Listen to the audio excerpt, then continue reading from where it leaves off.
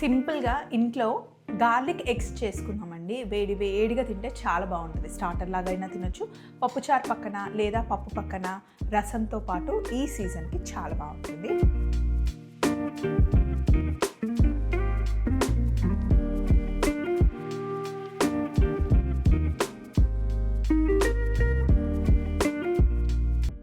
So ఇప్పుడు పొయ్యి మీద నేను ప్యాన్ పెట్టాను. ఇది వేడెక్కే లోపల ఇక్కడికి రండి. ఒక మిక్సీ జార్ తీసుకోండి, లేదా రోట్లో వేసి దంచుకున్న బాగుంటుంది. ఒక గుప్పెడు వెల్లుల్లి తీసుకోండి, అలాగే అల్లం ముక్క వేస్తున్నాను, ఎండుమిరపకాయలు, మీ కారంకి తగ్గట్టుగా ఎండుమిరపకాయలు వేసుకోండి, కొద్దిగా ఉప్పు వేసి దీన్ని మనం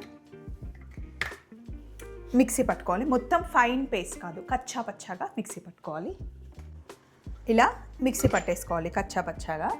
ఇప్పుడు ఆల్రెడీ స్టవ్ ఆన్ చేసింది, ఇందులో నూనె వేస్తున్నాను. మీరు కావాలి అంటే బటర్ కూడా వేసుకోవచ్చు.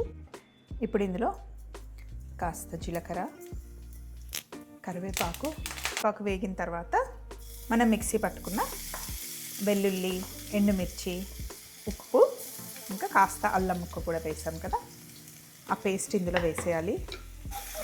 ఇదంతా నూనెలో వేసి మంచిగా వేయించుకోండి ఇలా. అలాగే వీటిలో సన్నగా తరిగి పెట్టుకున్న ఉల్లిపాయ ముక్కలు కూడా వేసేయండి.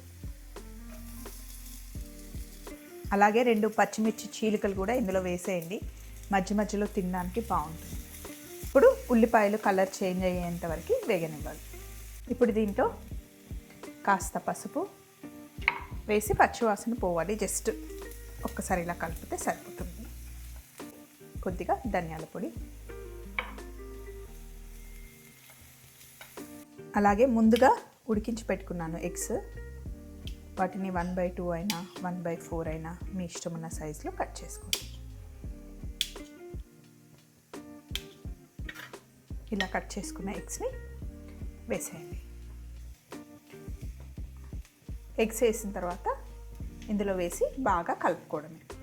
ఆ గార్లిక్ ఫ్లేవర్ అంతా ఎగ్స్కి పట్టుకొని చాలా బాగుంటుందండి. వేడిగా ఉన్నప్పుడు బాగుంటుంది, చల్లగా అయిన తర్వాత కూడా బాగుంటుంది. ఎప్పుడైనా ఇంట్లో ఫంక్షన్స్ ఉన్నప్పుడు ఇలా స్టార్టర్ లాగా కూడా చేసి మనం బౌల్లో వేసి పెట్టేస్తే వచ్చిన గెస్ట్లు బాగా ఎంజాయ్ చేస్తారు. సింపుల్ కదా, చాలా ఈజీ ప్రాసెస్ కదా. చూస్తే ఎలా అనిపిస్తుంది, చాలా బాగుంటుంది. టేస్ట్ కూడా ట్రై చేయండి. పప్పుచారు చేసుకున్నప్పుడు ట్రై చేయండి, బాగుంటుంది. ఇలాంటి సింపుల్ రెసిపీస్ ఇంకెన్నో మన ఛానల్లో నేను చూపిస్తాను. మళ్ళీ కలుద్దాం. బాయ్.